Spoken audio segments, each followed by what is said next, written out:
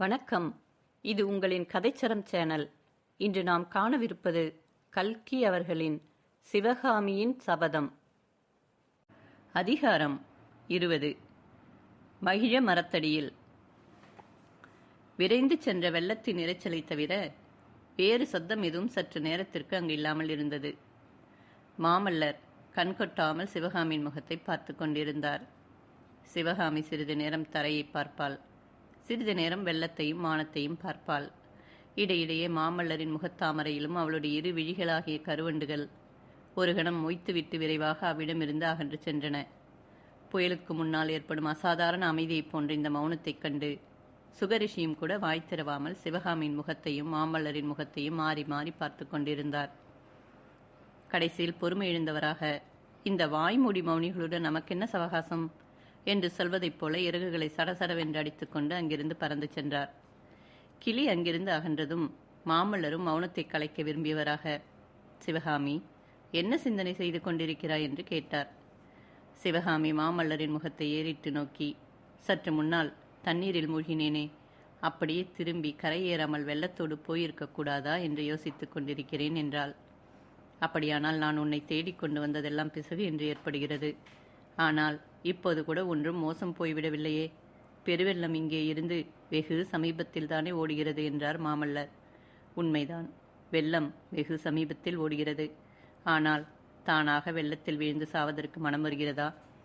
அதுவும் நீங்கள் அருகில் இருக்கையிலே என்று சிவகாமி கூறிய பொழுது அவளுடைய கண்களில் கண்ணீர் தழும்பிற்று. இது என்ன, ஏதாவது சந்தோஷமாக பேசலாம் என்று பார்த்தால் நீ இப்படி ஆரம்பித்து விட்டாயே என்றார் மாமல்லர். பிரபு, இன்றைய தினத்தைப் போல நான் என்றைக்கும் ஆனந்தமாக இருந்தது கிடையாது. அதனாலே தான் இன்றைக்கே என் வாழ்நாளும் முடிந்திருக்கக்கூடாதா என்று தோன்றுகிறது. அழகாக இருக்கிறது நீ ஆனந்தம் கொண்டாடுகிற விதம் என்றார் நரசிம்மவர்மர். சென்ற ஒரு வருஷ காலமாக நான் அனுபவித்த துன்பத்தையும் வேதனையும் அறிந்தால் இப்படி தாங்கள் சொல்ல மாட்டீர்கள் என்றாள் சிவகாமி. துன்பமா? உனக்கு என்ன துன்பம் நேர்ந்தது? ஏதாவது உடம்பு அசௌகரியமா? ஏன் எனக்கு சொல்லி அனுப்பவில்லை? உடம்புக்கு ஒன்றுமில்லை பிரபு. உடம்பு 3 வேளையும் சாப்பிட்டு கொண்டு ஆடை ஆபரணங்களை அணிந்து கொண்டு சௌகியமாகத்தான் இருந்தது. எல்லா துன்பத்தையும் வேதனையும் உள்ளம்தான் அனுபவித்தது. ஆஹா, துன்பமும் வேதனையும் உனக்கேன் வர வேண்டும்? யாராவது உன்னை உபத்திரவப்படுத்தினார்களா என்ன? உன் தந்தை ஆயனர் அதை தடுக்காமல் என்ன செய்து கொண்டிருந்தார்? சிவகாமி எதை குறிப்பிட்ட விதமெல்லாம் பேசுகிறாள் என்பது பல்லவகுமாரருக்கு தெரிந்துதான் இருந்தது. எனினும் அவள் வாய்நாள் சொல்லி கேட்பதற்காகவே அவ்விதம் புரிந்து கொள்ளாதவர் போல பேசி வந்தார். அதற்கு சிவகாமி, ஒருவராலும் எனக்கு ஒரு உபத்திரவமும் ஏற்படவில்லை. காட்டிலே வளர்ந்த பேதை பெண்ணாக எனக்கு பேச தெரியவில்லை பிரபு. என் மனவேதனைக்கெல்லாம் காரணம் தங்களை மறக்க முடியாமல் தான் என்று கூறி கலகலவென்று கண்ணீர் வடித்தாள். மாமல்லர் ஆர்வம் பொங்கிய கண்களினாலே அவளை பார்த்து, இவ்வளவுதானே சிவகாமி? அதற்காக இப்பொழுது என் கண்ணீர் விட வேண்டும்? நானும் தான் உன்னுடைய நினைவினால் எவ்வளவோ வேதனைகளை அனுபவித்தேன். என்னுடைய ஓலைகளை எல்லாம் நீ படிக்கவில்லையா? தாங்கள் எழுதியிருந்த ஒவ்வொரு எழுத்தையும் மனப்பாடம் செய்திருக்கிறேன். ஒவ்வொரு ஓலையையும் 100 தடவை ரதிக்கு படித்து காட்டியிருக்கிறேன். ஓலையை படிக்கும் பொழுது சந்தோஷமாக இருக்கும், அப்புறம் அவ்வளவு வேதனை அதிகமாகும். தங்கள் பேரில் கோபமாக வரும்.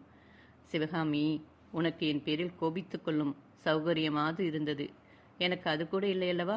யாருடைய துன்பம் அதிகம் என்று சொல். என் பேரில் தாங்கள் கோபித்துக் கொள்ளவில்லையா? அப்படியானால் அசோகபுரத்து புத்த விகாரத்தின் வாசலிலே என்னை பார்த்துவிட்டு ஒரு கண நேரம் கூட தாமதிக்காமல் போனீர்களே, ஏன்? என் பேரில் இருந்த அன்பினாலேயா?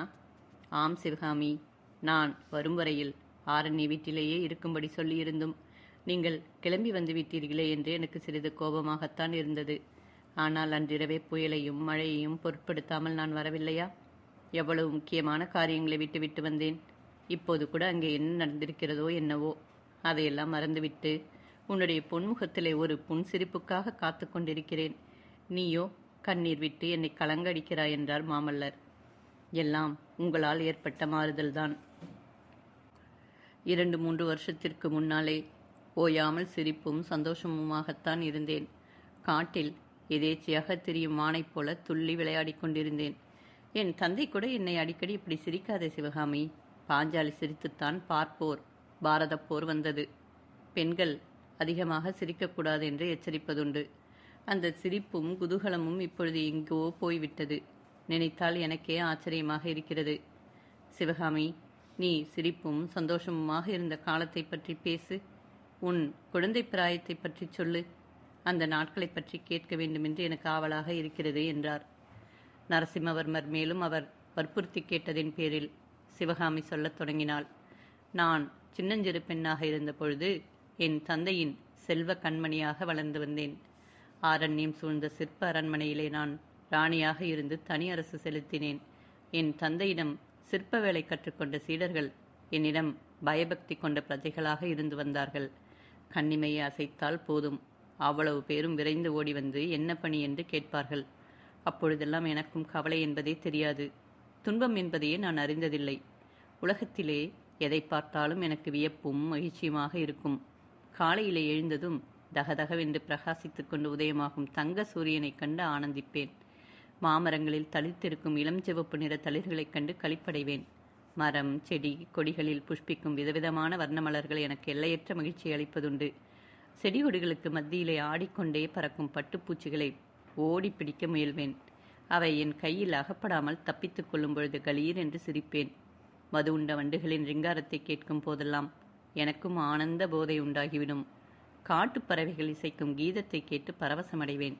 இரவிலே அகண்ட வானத்திலே மின்னும் நட்சத்திரங்கள் எல்லாம் தங்களுடன் வந்து சேரும்படி என்னை கண் சிமிட்டி அழைப்பது போல தோன்றும். அவற்றின் அழைப்புக்கிணங்கி நானும் மனோரதத்தில் ஏறி உயர உயர பறந்து செல்வேன். சில சமயம் சந்திரனை பார்த்தால் எனக்கு அன்னப்பட்சியைப் போல் இருக்கும். அதன் மேல் ஏறிக்கொண்டு நட்சத்திரங்களுக்கிடையே வட்டமிட்டு கொண்டிருப்பேன். சில சமயம் நிலாமதியானது ஒரு அழகிய சிறு தோணியைப் போல எனக்கு தோன்றும். அதன் மேல் ஏறிக்கொண்டு வானமாகிய நீலக்கடலில் மிதந்து வருவேன். வழியிலே தென்படும் நட்சத்திர சுடர்மணிகளை எல்லாம் கை நிறைய அள்ளி அள்ளி மடியிலே சேர்த்து கட்டிக்கொள்வேன். இப்படி குதூகலமாக காலம் போய்க் கொண்டிருக்கையில் என் தந்தை எனக்கு நாட்டிய கலை கற்றுக் கொடுத்தார். அது முதல் எனக்கு நடனக்கலை பைத்தியம் பிடித்துவிட்டது. சதா சர்வகாலமும் நாட்டியமாடிய வண்ணமாகவே இருந்தேன். காட்டுக்குள் விளையாடப் போனால் ஆடிக்கொண்டே போவேன். தாமரை குளத்தில் குளிக்கப் போகையில் என் கால்கள் ஜதி போட்டுக்கொண்டே போகும். அந்த நாளில் பூமியும் வானமும் ஒரு பெரிய நடன அரங்கமாக எனக்கு காட்சி தந்தன. தடாகத்தில் வண்ணத் தாமரைகள் தென்றல் காற்றில் அசைந்தாடும் போது அவை ஆனந்த நடனமாடுவதாகவே எனக்கு தோன்றும். வான அரங்கத்தில் விண்மீன்கள் விதவிதமான ஜதிபேதங்களுடன் நடனம் புரிந்து கொண்டு திரும்ப திரும்ப சுழன்று வருவதாக தோன்றும்.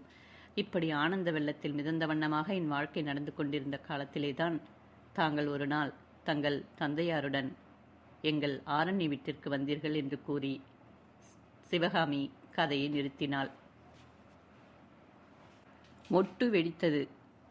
தடாகத்தில் ஓர் அழகிய தாமரை மொட்டு தண்ணீருக்கு மேலே தலை தூக்கி நின்றது.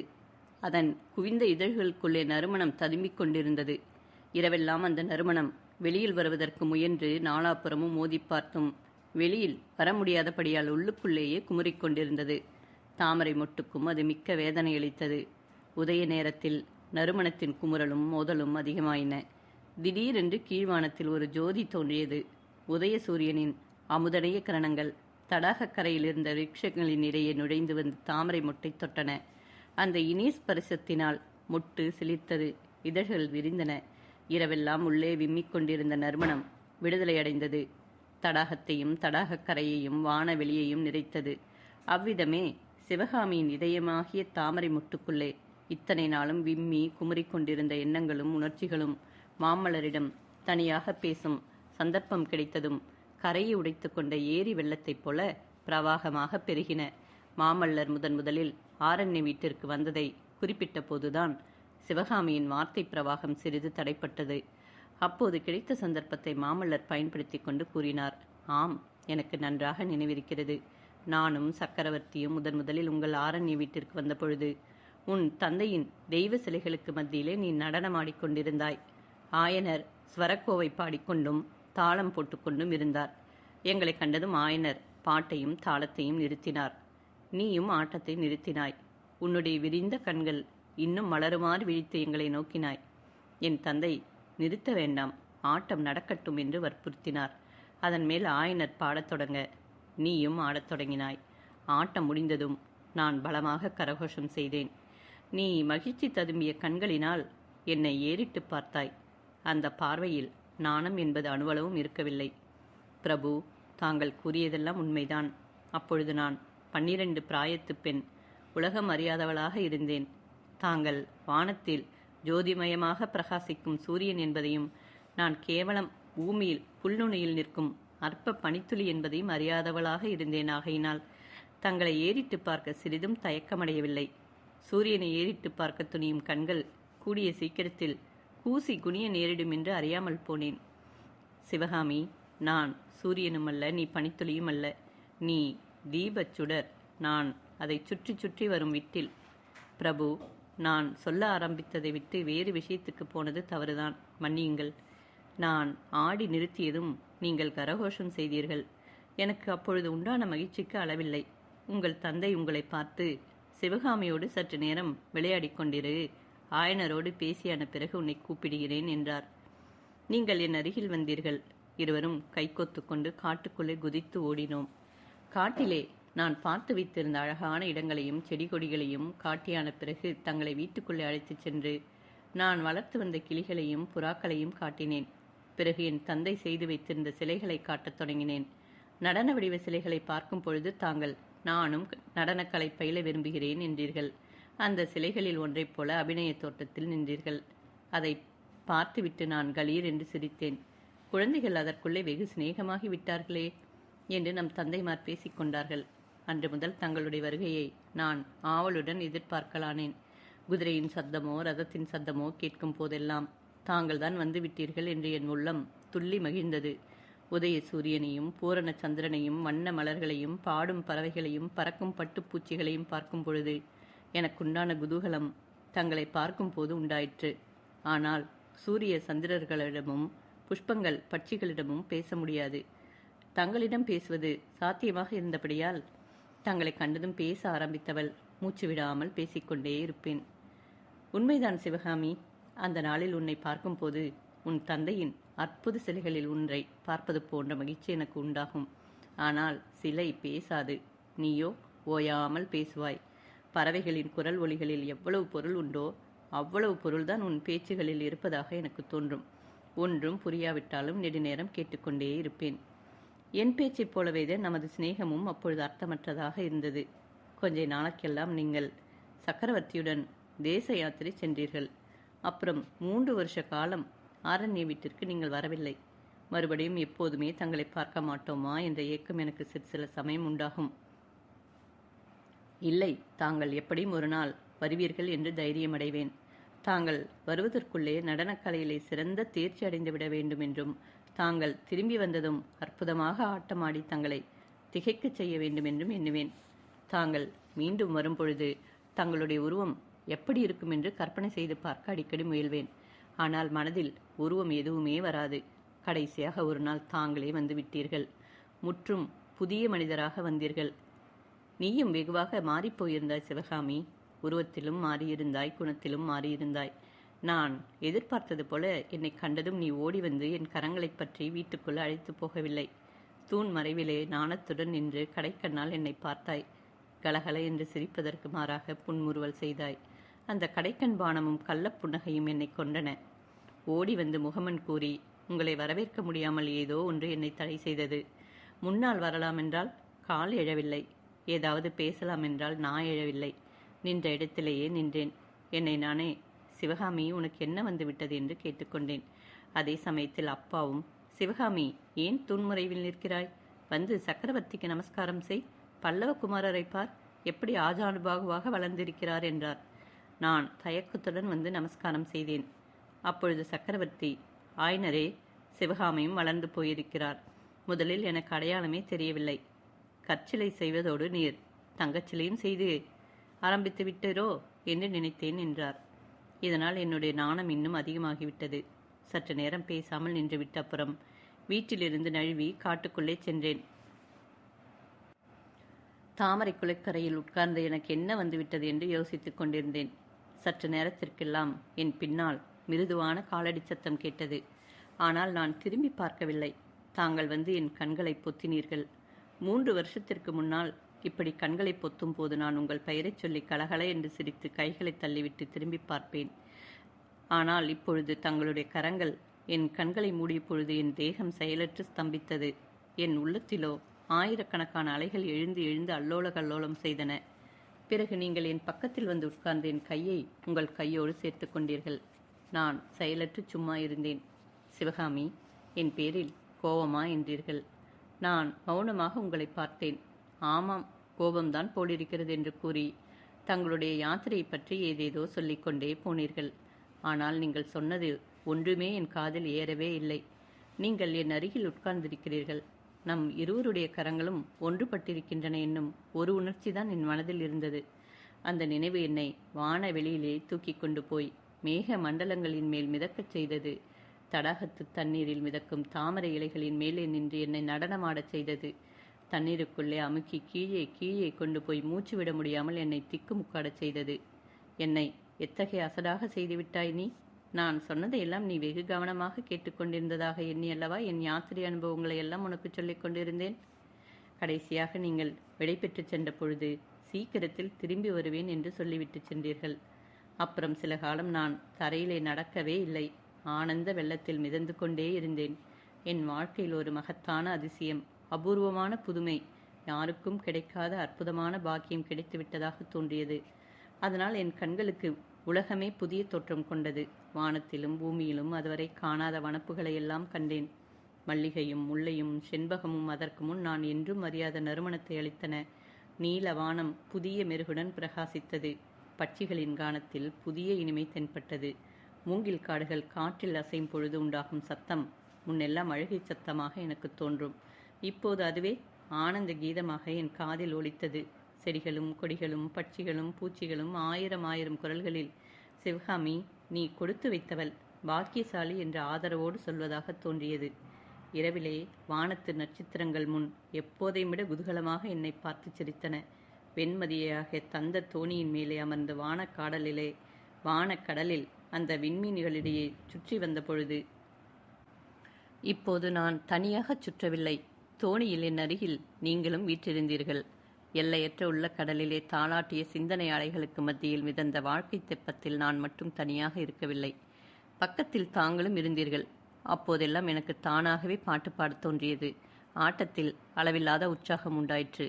நடனக்கலையில் நான் அடைந்த துரிதமான அபிவிருத்தியை கண்டேன். தந்தையே பிரமித்து போனார்.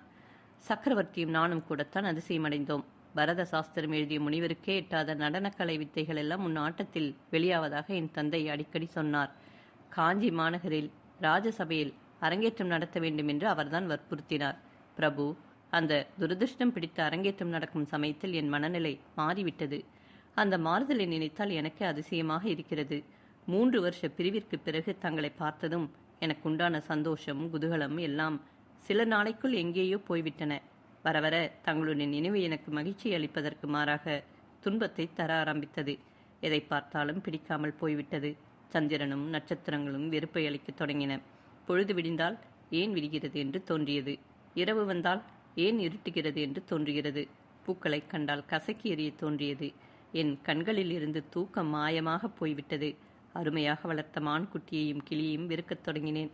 நடனக்கலையிலே கூட எனக்கு ஆசை கொண்டு தொடங்கியது. ஆட்டமும் பாட்டமும் என்ன வேண்டி கிடக்கிறது என்று எண்ணத் தொடங்கிவிட்டேன்.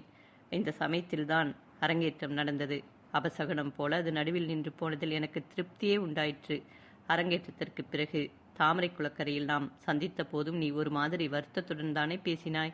என்னிடம் வாக்குறுதி கேட்டாய். எனக்கு அதெல்லாம் பெருவியப்பாக இருந்தது.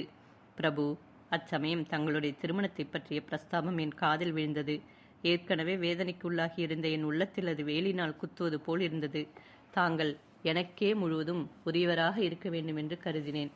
தங்களை பார்க்காமல் ஒரு கணம் போவது ஒரு யுகமாக இருந்தது. என்னுடைய தூண்டுதலினால் தான் என் தந்தை காஞ்சிக்கு நாவுக்கரசர் பெருமானை பார்ப்பதற்கு வந்தார். அன்று நடந்ததை தாங்கள் அறிவீர்கள். அன்று நடந்ததை மட்டுமல்ல சிவகாமி, உன் உள்ளத்தின் நிலைமையையும் அன்றைக்கு தெரிந்து கொண்டேன். அதனாலே தான் மறுநாளே கண்ணபிரானிடம் ஓலை கொடுத்து அனுப்பினேன். அந்த ஓலையிலிருந்து நான் காஞ்சிக்கு வருவது தங்களுக்கு விருப்பமில்லை என்று அறிந்தேன். தங்களை பார்க்காமல் நான் கழித்த 8 மாதமும் எனக்கு 8 யுகமாக இருந்தது. நாளுக்கு நாள் என் மனவேதனையும் நெஞ்சு வலியும் அதிகமாகி வந்தன. தங்களிடமிருந்து ஓலை வந்த 2 தினங்கள் சிறிது உற்சாகமாக இருப்பேன். பிறகு துன்பம் அதிகமாகிவிடும். தங்களை ஒரு நாளும் இனி பார்க்கப் போவதில்லை என்றும் என்னுடைய பகற்கனவு ஒரு நாளும் நிறைவேறப் போவதில்லை என்றும் தோன்றும். இப்படி எதற்காக உயிர் வாழ வேண்டும்?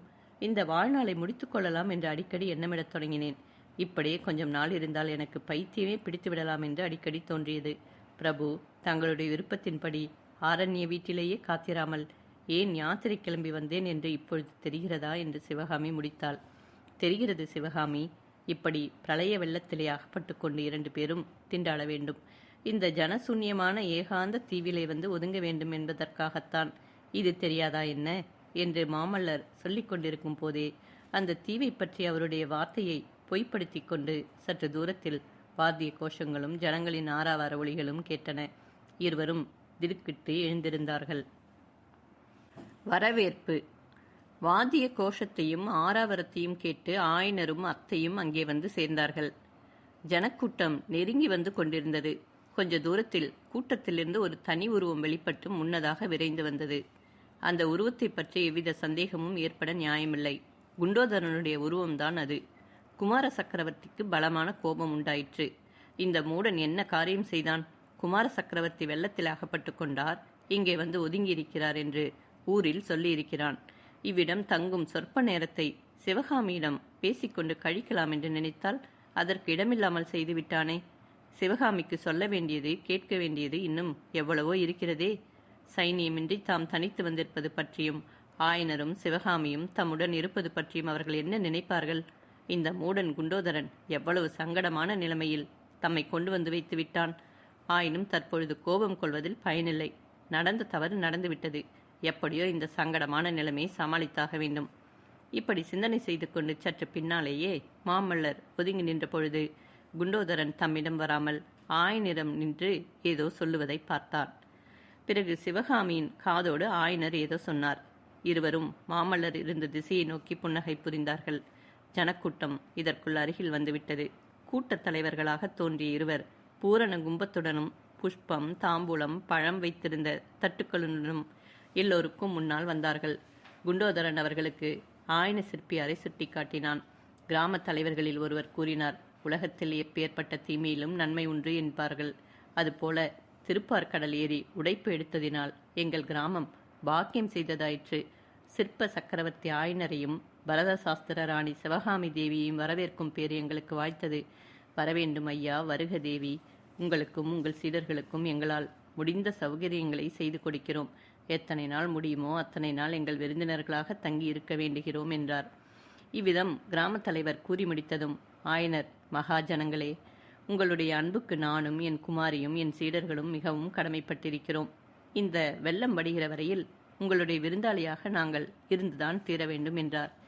பிறகு கிராமவாசிகளும் ஆயனர் முதலியோரும் கிராமம் இருந்த திசையை நோக்கி நடக்கத் தொடங்கினார்கள். எல்லோருக்கும் பின்னால் தங்கியிருந்த மாமல்லரோ ஆச்சரிய கடலில் மூழ்கியிருந்தார். அவர் எதிர்பார்த்ததற்கு முற்றும் மாறாக காரியங்கள் நடந்தன. சிவகாமி அவ்வப்பொழுது கடைக்கண்ணால் பார்த்து புன்னகை செய்ததைத் தவிர மற்றபடி அவர் ஒருவர் அங்கு இருப்பதை யாருமே கவனிப்பதாக தெரியவில்லை. அவருடைய வியப்பிலே மகிழ்ச்சியும் கலந்திருந்தது என்பதை சொல்ல வேண்டியதில்லை அல்லவா? குண்டோதரனை மூடன் என்று கருதியது எவ்வளவு தவறு! அவனுடைய புத்தி கூர்மையே கூர்மை என்று அவர் எண்ணமிட்டு கொண்டிருக்கும் பொழுதே, பிரபு, ஏன் நிற்கிறீர்கள்? போகலாம் வாருங்கள் என்று குண்டோதரன் அவர் பின்னால் இருந்து காதோடு அழைத்தான். என்னை அவர்கள் அழைக்கவில்லையே. அழையாத இடத்திற்கு நான் எப்படி போவது என்றார் மாமல்ல நரசிம்மர். ஏன் அழைக்கவில்லை? ஆயனரிடம் உங்களுடைய சீடர்களுக்கும் வேண்டிய சௌகரியம் செய்து கொடுக்கிறோம் என்று சொன்னார்களே, காதில் விழவில்லையா? நீங்களும் நானும் ஆயனரின் சீடப்பிள்ளைகள் என்றான் குண்டோதரன். சத்ருக்னரின் ஆட்கள் எல்லாம் முன்னே போலவே புத்திசாலிகளாக இருப்பார்களா குண்டோதரா? அப்படியானால் 1000 புலிகேசி படையெடுத்து வந்தாலும் நாம் அத்தனை பேரையும் யுத்தத்தில் ஜெயித்து விடலாம் என்றார் மாமல்லர். ஆயனரின் சீடர்கள் இருவரும் ஜனக்கூட்டத்திற்கு சற்று பின்னால் தங்கிச் சென்றார்கள். மாமல்லர் அப்படி ரொம்பவும் பின்தங்கிவிடவில்லை என்பதையும் சிவகாமியின் கடைக்கண் பார்வை தெரிந்து கொள்ளக்கூடிய தூரத்திலேயே போனார் என்பதையும் உண்மையை முன்னிட்டு நாம் குறிப்பிட வேண்டியதாக இருக்கிறது. கிராமத்திற்கு கிட்டத்தட்ட போன பொழுது ஜனக்கூட்டம் மேலும் அதிகமாயிற்று. ஊரே திரண்டு வந்து விட்டது போல தோன்றியது. ஊருக்குள்ளே ஒவ்வொரு வீட்டு வாசலிலும் விதவிதமான வர்ணக்கோலங்கள் போட்டு அலங்கரித்திருந்தார்கள்.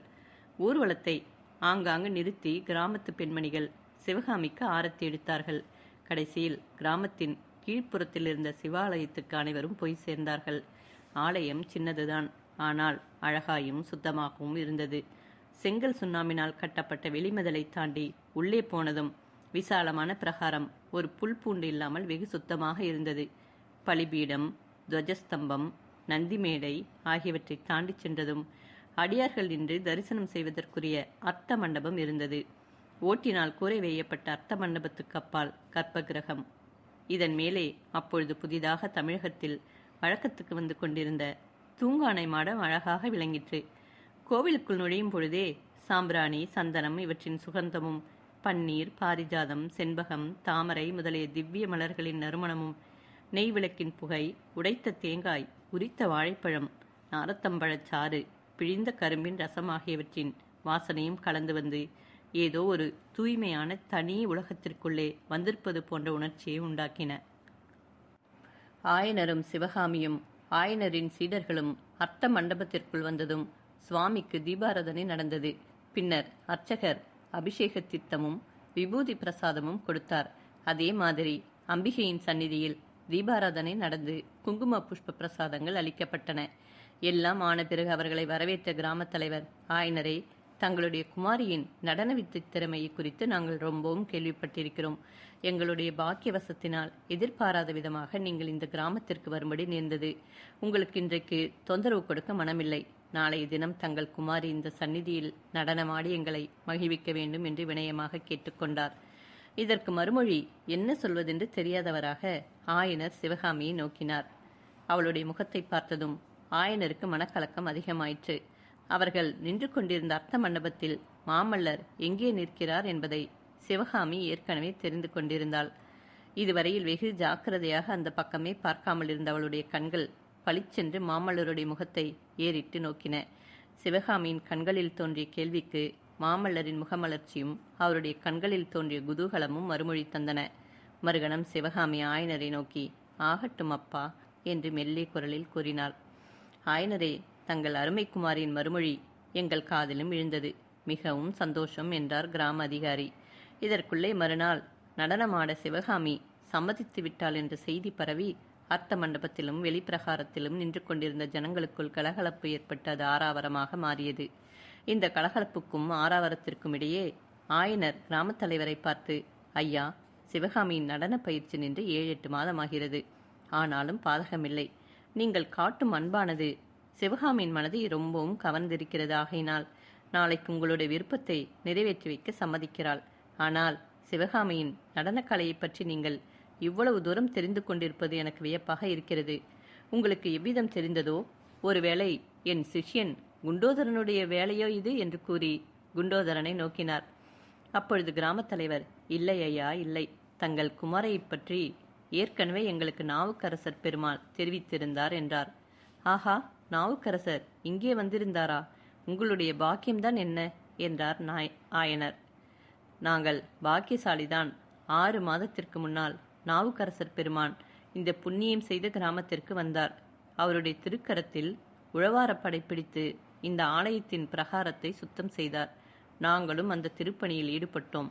அன்றிரவு இந்த சந்நிதியில் நாவுக்கரசர் பெருமானின் சீடர்கள் அமுதொழுகும் தமிழ் பதிகங்களை பாடினார்கள். அவற்றில் முன்னம் அவனுடைய நாமம் கேட்டால், மூர்த்தி அவன் இருக்கும் வண்ணம் கேட்டால் என்னும் பதிகத்தை பாடிய பொழுது நாவுக்கரசர் பெருமானின் கண்களில் இருந்து தாரை தாரையாக கண்ணீர் வந்தது. இவ்விதம் கிராமத் தலைவர் கூறி வருகையில் ஆயனர், சிவகாமி, மாமல்லர் ஆகிய 3 பேருக்கும் ஏக காலத்தில் ரோமாஞ்சனம் உண்டாயிற்று. அத்தலைவர் மேலும் கூறினார். பதிகம் முடிந்த பிறகு பெருமான் எங்களுக்கு சிவகாமி தேவியின் நடனத்தை பற்றி கூறினார். தாங்கள் தங்கள் குமாரியுடன் காஞ்சியில் அப்பெருமானுடைய மடத்திற்கு வந்திருந்ததையும் அப்பொழுது சிவகாமி இந்த பதிகத்திற்கு அபிநயம் பிடித்து மூர்ச்சித்ததையும் பற்றி தெரிவித்தார். நேரில் இவ்வளவு விரைவில் உங்களையே வரவேற்கும் பாக்கியம் எங்களுக்கு கிடைக்கும் என்று அப்பொழுது நாங்கள் கனவிலும் கருதவில்லை. வாகீச பெருந்தகைக்கு எங்களுடைய ஞாபகம் இருந்தது நாங்கள் செய்த புண்ணியம் என்றார் ஆயனர். நாவுக்கரசர் பெருமான் வந்து போன பிறகு இந்த ஊரில் அவருடைய திருப்பெயரால் ஒரு மடாலயம் கட்டியிருக்கிறோம். அந்த மடாலயத்தில் முதலாக தாங்களும் தங்கள் புதல்வியும் தான் தங்கப் போகிறீர்கள். இதுவும் நாங்கள் செய்த புண்ணியம்தான் என்றார் கிராமத் தலைவர். நந்தி மேடை. அன்றிரவு 2ஆம் ஜாமத்தின் மத்தியில் நாவுக்கரசர் மட ஆலயத்தின் வாசலில் மாமல்லரும் குண்டோதரனும் பேசிக் கொண்டிருந்தார்கள். சாயங்காலமே மேகங்கள் எல்லாம் கலைந்து வானம் துல்லியமாக இருந்தது. சரத்கால சந்திரன் பொழிந்த தாவல்யமான நிலவு அந்த சாதாரண கிராமத்தை கந்தர்வலோகமாக செய்து கொண்டிருந்தது. சற்று தூரத்தில் கிராம கோயிலின் தூங்கானை மாடத்து தங்க ஸ்தூபி தகதக என்று பிரகாசித்தது. அதற்கப்பால் தெரிந்த தென்னை மரங்களின் உச்சியில் பச்சை மட்டைகளின் மீது நிலாமதியின் கிரணங்கள் ரசவாத வித்தை செய்து கொண்டிருந்தன. தென்னை மட்டைகள் இளங்காற்றில் லேசாக அசையும் பொழுது பச்சை ஓலைகள் பளிச்சென்று வெள்ளி ஓலைகளாக மாறுவதும் மீண்டும் அவை பச்சை நிறம் பெறுவதும் ஏதோ ஒரு இந்திரஜால காட்சியாகவே தோன்றின. பிரபு, குபேர சம்பத்து வாய்ந்த அரண்மனை உப்பரிக்கையில் பஞ்சனை மெத்தையில் படுத்து உறங்க வேண்டிய தாங்கள் இந்த ஆண்டி மடத்து திண்ணையில் அனாதை பரதேசியைப் போல படுத்து உறங்குவதா? அந்த எண்ணத்தையே என்னால் சகிக்க முடியவில்லையே என்றான் குண்டோதரன். குண்டோதரா, இத்தனை நேரமும் ஆயனரோடு விவாதம் செய்து ஒருவாறு முடிந்தது. நீயும் அதே பாட்டை பாட ஆரம்பித்து விட்டாயா என்றார் மாமல்லர். குண்டோதரன் ஏதோ சொல்ல ஆரம்பித்தான். அதற்கு இடம் கொடாமல் மாமல்லர் மறுபடியும் கூறினார். என் தந்தை அப்படி என்னை அரண்மனை உப்பரிக்கையிலேயே எப்பொழுதும் படுத்து வளர்க்கவில்லை. குண்டோதரா, பஞ்சனை மெத்தையில் பரப்பிய முல்லை புஷ்பங்களின் மீது படுத்தும் எனக்கு பழக்கமுண்டு.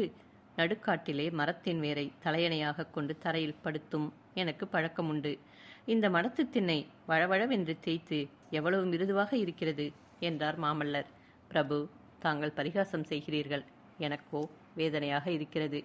இந்த கஷ்டம் தங்களுக்கு என்னால் வந்ததுதானே என்று எண்ணும் பொழுது என் மனம் பதைக்கிறது. நான் மட்டும் ஒரு வார்த்தை இந்த ஊர்வாசிகளிடம் தாங்கள் இன்னார் என்பது பற்றி சொல்லியிருந்தால். குண்டோதரா, பிசகான காரியம் செய்துவிட்டு பிறகு வருத்தப்படுகிறவர்களை நான் கண்டதுண்டு. நல்ல காரியம், புத்திசாலித்தனமான காரியம் செய்ததற்காக வருத்தப்படுகிறவர்களை நான் பார்த்ததில்லை. இப்பொழுது உன்னைத்தான் பார்க்கிறேன். நான் சக்கரவர்த்தி குமாரன் என்பது தெரியாதபடி ஜனங்களுடன் கலந்து பழகும் சந்தர்ப்பம் கிடைக்காதா என்று எவ்வளவோ ஆவல் கொண்டிருந்தேன். அந்த ஆவல் இப்பொழுது உன்னால் நிறைவேறுகிறது. ஆஹா, சிவகாமியின் நடனக்கலையின் புகழ் எவ்வளவு தூரம் பரவி இருக்கிறது என்பதை இன்று தெரிந்து கொண்டதில் எனக்கு எவ்வளவு சந்தோஷம் தெரியுமா? பிரபு, சிவகாமி தேவியின் நடனக்கலையின் புகழ் மட்டும் இங்கே பரவி இருக்கவில்லை. புள்ளலூர் போரின் கீர்த்தியும் இந்த கிராமம் வரையில் வந்து எட்டியிருக்கிறது. மெய்யாகவா குண்டோதரா? ஆம் பிரபு. அந்த சண்டையிலே குமார சக்கரவர்த்தி நிகழ்த்திய மகத்தான வீர சாகச செயல்களை பற்றியும் இங்கே எல்லாம் தெரிந்திருக்கிறது. அதையெல்லாம் பற்றி சவிஸ்தாரமாக சொல்ல வேண்டுமென்று கிராமவாசிகள் என்னை கேட்டுக்கொண்டார்கள். அவர்களுக்கு ராத்திரி சாவகாசமாக சொல்லுவதாக வாக்களித்திருக்கிறேன். இப்பொழுது கோவில் பிரகாரத்தில் அவர்கள் கூடியிருப்பார்கள். நீங்களும் வருகிறீர்களா என்று குண்டோதரன் கேட்டான். வருகிறேன். ஆனால் நீ ஏதாவது விஷமம் செய்து என்னை காட்டி கொடுத்து விடக்கூடாது என்றார் மாமல்லர். கோயில் பிரகாரத்தின் நந்தி மேடையின் படிக்கட்டில் குண்டோதரனும் மாமல்லரும் உட்கார்ந்திருந்தார்கள். நந்தி மேடை, பலிபீடம் இவற்றைச் சுற்றி பிரகாரத்தில் செங்கல் சுண்ணாம்பினால் தளவரிசை போடப்பட்டிருந்தது. அந்த சுத்தமான தளத்தில் கிராமவாசிகள் பலர் உட்கார்ந்திருந்தார்கள். புள்ளலூர் சண்டையை பற்றி அவர்கள் குண்டோதரன் சண்டை பிரசண்டமாக வர்ணனை செய்தான். அந்த சண்டையிலே முக்கியமாக குமார சக்கரவர்த்தி மாமல்லர் காட்டிய தீர சாகசங்களை பற்றி உற்சாகமாக விவரித்தான். மாமல்லர் எப்படி போர் செய்தார் தெரியுமா? இந்த கணம் பார்த்தால் இங்கே இருப்பார், மறுகணம் பார்த்தால் அதோ அந்த மதில் சுவருக்கு அப்பால் இருப்பார். அந்த பெரிய போர்க்களத்திலே மாமல்லர் எங்கே போரிட்டுக் கொண்டிருக்கிறார் என்பதை எந்த நேரத்திலும் கண்டுபிடித்து விடலாம். மகாவிஷ்ணுவின் சக்கர ஆயுதத்தைப் போல எங்கே ஜொலிக்கும் வாள் அதிவேகமாக சுழன்று எதிரிகளின் தலைகளை வெட்டி குவித்து கொண்டிருக்கிறதோ அங்கே மாமல்லர் இருக்கிறார் என்று தெரிந்து கொள்ளலாம். அப்படி மின்னல் வேகத்தில் வாளை சுழற்றி பகைவர்களை ஹதாஹதம் செய்யக்கூடிய வீராதி வீரர் வேறு யார்? மாமல்லருடைய வாளிலே அன்றைக்கு யமனையே வந்து உட்கார்ந்திருந்தான். அவர் சக்கரகாரமாக சுழன்று வாளை வீசிய பொழுது 1, 10, 1000 என்று எதிரிகள் உயிரற்று விழுந்தார்கள். ஆஹா, அபிமன்யு செய்த யுத்தம் மாதிரி அல்லவா இருக்கிறது என்று கூட்டத்தில் ஒருவர் கூறினார். அந்த ஊரிலும் சில காலமாக மகாபாரதம் வாசிக்கப்பட்டு வந்தது. அதனால் எல்லோரும் அர்ஜுனன், அபிமன்யு நினைவாகவே இருந்தார்கள். குண்டோதரன் கூறினான். ஆம், மாமல்லர் அன்று அபிமன்யு மாதிரிதான் போர் புரிந்தார். ஆனால் ஒரு வித்தியாசம். அபிமன்யு போர்க்களத்தில் மாண்டு போனான். புள்ளலூர் சண்டையிலோ மாமல்லரின் வாளுக்கு முன்னால் நிற்க முடியாமல் எதிரிகள் புறமுதுகிட்டு ஓடத் தொடங்கினார்கள். எல்லோருக்கும் முன்னால் ஓட்டம் பிடித்தவன் கங்க நாட்டு அரசன் துர்விநீதன் தான். துர்விநீதன் எந்த பக்கம் ஓடினானோ என்று ஒரு கிராமவாசி கேட்டான். தெற்கு நோக்கி ஓடி வந்ததாக கேள்வி. தென்பெண்ணை நதி வரையில் அவனை பின்தொடர்ந்து மாமல்லரும் தளபதி பரஞ்சோதியும் வந்ததாக கூட கேள்வி என்று சொல்லி வந்த குண்டோதரன் மாமல்லர் பக்கம் திரும்பி பார்த்து, ஏன் ஐயா என் கையை கிள்ளுகிறீர் என்றான். மாமல்லரின் கண்களில் கோபக்குறி காணப்பட்டது.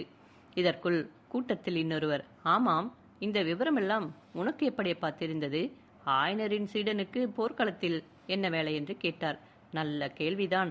உன்னிடம் உண்மையை சொல்லாமல் முடியாது போலிருக்கிறது என்று சொல்லிக்கொண்டே குண்டோதரன் எழுந்து மாமல்லரிடமிருந்து சற்று அப்பால் போய் நின்றான். இதோ இருக்கிறாரே என் பக்கத்தில், இவர்தான். ஏன் ஐயா இப்படி என்னை உற்று பார்க்கிறீர்? இவர்தான் உண்மையில் ஆயனருடைய உத்தம சிஷ்யர். நான் பல்லவ சைனியத்தை சேர்ந்தவன். துர்விநீதனை தொடர்ந்து வந்த மாமல்லருடன் நானும் வந்தேன். வழியில் என் குதிரையின் கால் ஒடிந்து விழுந்து விட்டபடியால் பின்தங்கி விட்டேன். பிறகு வெள்ளத்தில் அகப்பட்டு கொண்டு இவர்களுடைய தெப்பத்தில் ஏறி உயிர் தப்பினேன். உடனே கூட்டத்தில் இருந்தவர்கள் ஒருவரை ஒருவர் விழாவில் விரலால் சீண்டியும் வேறு விதமாக கவனத்தை இழுத்தும் காதோடு ரகசியம் பேசிக்கொண்டார்கள். குண்டோதரன் ஆயனரின் சிஷியனாக இருக்க முடியாது என்று அவர்களில் பலர் முன்னாடியே ஊகித்ததாக சொல்லிக் கொண்டார்கள். மாமல்லரும் ஒருவேளை இந்த வெள்ளத்தில் அகப்பட்டு கொண்டிருக்கலாமோ என்று ஒருவர் கூறினார். அதை நினைத்தால் எனக்கு ரொம்பவும் கவலையாக இருக்கிறது என்றான் குண்டோதரன். ஒருவேளை இங்கேயே அவரும் வந்து ஒதுங்கினாலும் ஒதுங்கலாம் என்று இன்னொருவர் சொன்னார். ஒதுங்கினாலும் ஒதுங்கலாம் என்றான் குண்டோதரன். கல்வரோ நீர். மறுநாள் மாலை நேரத்தில் மண்டபத்து கிராமத்து சிவன் கோயில் கண்கொள்ளா காட்சி அளித்துக் கொண்டிருந்தது. கோயிலின் முன்கோபுர வாசலை பசுமையான வாழை மரங்களும் மகரத் தோரணங்களும் திரைச்சிறிகளும் அலங்கரித்தன. உள்ளே அர்த்த மண்டபத்தையும் வெளிக்கோபுரத்தையும் சேர்த்து பிரகாரத்தில் விஸ்தாரமான பந்தல் போட்டிருந்தார்கள். பந்தல் முனைகளில் வரிசை வரிசையாக வந்த தந்த வண்ணமுள்ள இளம் தென்னங்குருத்துகளும் தோரணங்களும் அவற்றின் இடையிடையே செந்தாமரை மொட்டுகளும் தொங்கிக் கொண்டிருந்தன. அந்த நாளில் தமிழ்நாட்டில் நீர் வளமுள்ள ஒவ்வொரு கிராமத்திலும் தாமரை குளம் உண்டு. குளத்திலே தண்ணீர் இருப்பதே தெரியாத வண்ணம் தாமரை இலைகளும் மலர்களும் மொட்டுகளும் நிறைந்திருக்கும். எனவே கோயில் விக்கிரகங்களுக்கு வேறு அபூர்வ புஷ்பங்களை சாத்திவிட்டு தாமரை மொட்டுகளையும் மலர்களையும் கோயிலின் அலங்காரத்திற்கு உபயோகப்படுத்துவார்கள். இவ்விதம் அமோகமாக அலங்கரிக்கப்பட்டிருந்த கோயில் அஸ்தமிப்பதற்கு முன்னால் ஊர் ஜனங்கள் எல்லோரும் வந்து கூடிவிட்டார்கள். ஸ்திரீகள் குழந்தைகள் ஒருவரும் மிச்சமில்லாமல் வந்து அவரவர்களும் போட்டியிட்டு முன்னால் இடம் பிடித்து கொண்டு உட்கார்ந்தார்கள். சூரியன் அஸ்தமித்ததும் நூற்றுக்கணக்கான அகல் விளக்குகள் ஏற்றப்பட்டு ஆலயம் ஒளிமயமாக விளங்கிற்று. அதே சமயத்தில் சிவகாமி தேவியின் திவ்ய நடனத்தை பார்ப்பதற்காகவே விஜயம் செய்கிறவனைப் போல பூரணச்சந்திரனும் உதயமானான். ஆயனரும் சிவகாமியும் கோயிலின் கோபுர வாசலுக்குள்ளே பிரவேசித்ததும் கூட்டத்தில் கலகலப்பு உண்டாயிற்று. பந்தலுக்கு தென்புறத்தில் அமைந்திருந்த அரங்க மேடையிலே வந்து சிவகாமி நின்றதும் கூட்டத்தில் நிசப்தம். ஸ்திரீகளும் பேச்சை நிறுத்தினார்கள். அழுத குழந்தைகளும் வாய்மூடின. அந்த மண்டபத்து கிராமத்து ஜனங்கள் அதுவரையில் அம்மாதிரி கண்கூசும்படியான திவ்ய சௌந்தரியத்தை கண்டதில்லை. சிவகாமி நடன அலங்காரமும் அலிங்கலங்களும் அவளுடைய முகத்திலே அப்பொழுது பிரகாசித்த தெய்வீக கலையும் கிளர்ச்சியையும் பார்த்தவர்களை திகைக்கச் செய்தது. ஆரம்ப திகைப்பு ஒருவாறு மாறியதும் ஒருவருக்கொருவர் தங்களுடைய வியப்பை தெரிவித்துக் கொள்ள ஆரம்பித்தார்கள். தேவலோகத்து நடன மாதர்களான அரம்பை ஊர்வசி முதலியவர்கள் இப்படித்தான் இருந்திருக்க வேண்டும் என்றார் ஒருவர். ஒரு நாளும் இல்லை, அவர்கள் இவ்வளவு அழகாக ஒரு நாளும் இருந்திருக்க முடியாது என்றார் இன்னொருவர். இந்த பெண்ணுடனே அந்த தேவலோக கன்னிகையரை ஒப்பிடுவது பிசகு. தில்லையம்பலத்தில் நடராஜ பெருமானுக்கு போட்டியாக நடனமாடிய சிவகாமி தேவியேதான் இப்படி அவதாரம் எடுத்து வந்திருக்கிறாள் என்று ஒரு பக்தர் கூறினார். இல்லாமலா நாவுக்கரசர் பெருமான் அவ்வளவு பாராட்டினார் என்று இன்னொரு பக்தர் பரவசமாக சொன்னார். பளிச்சென்று சொல்லி வைத்தார் போல சபையிலே மறுபடியும் பரிபூரண நிசப்தம் ஏற்பட்டது. சிவகாமி நடனமாட ஆரம்பித்து விட்டாள். ஆயனரின் கரதாளத்துக்கும் அவர் பாடிய ஸ்வரஜதிகளுக்கும் இணங்க சிவகாமி ஆடினாள். உள்ளூர் மத்தள வித்வான் ஒருவர் வானாளில் என்றுமறியாத உற்சாகத்துடன் மத்தளம் வாசித்தார். கும் கும் என்னும் மத்தள சத்தத்தோடு கலந்து பாத சதங்கை ஒளி கல் கல் என்று சப்திக்க சிவகாமி நிறுத்தம் ஆடினாள். அந்த நிறுத்தத்தில் மின்னலின் விரைவு காணப்பட்டது. மான்குட்டியின் துள்ளல் தோன்றியது. காணமயிலின் சாயல் விளங்கியது. சில சமயம் சிவகாமி பூமியிலே நின்று ஆடினாள். சில சமயம் வான மண்டலத்துக்கு சென்று வெண்மதியின் கரணங்களில் ஆடினாள். சில சமயம் நட்சத்திர மண்டலத்துக்கே சென்று விண்மீன்களின் மத்தியில் பம்பரம் போல சுழன்று ஆடினாள். சிவகாமி அவ்விதம் சுழன்று ஆடிய பொழுது பார்த்து கொண்டிருந்தவர்களின் கண்கள் சுழன்றன. அரங்க மேடையும் அகல் விளக்குகளும் சுழன்றன. கோயில் சுழன்றது. கோபுரங்கள் சுழன்றன. தூங்கானை மாடத்து தங்க ஸ்தூபி சுழன்றது. வானமும் பூமியும் கீழ்மேலாக சுழன்றன. சந்திரனும் நட்சத்திர மண்டலங்களும் சுழன்று சுழன்று வந்தன.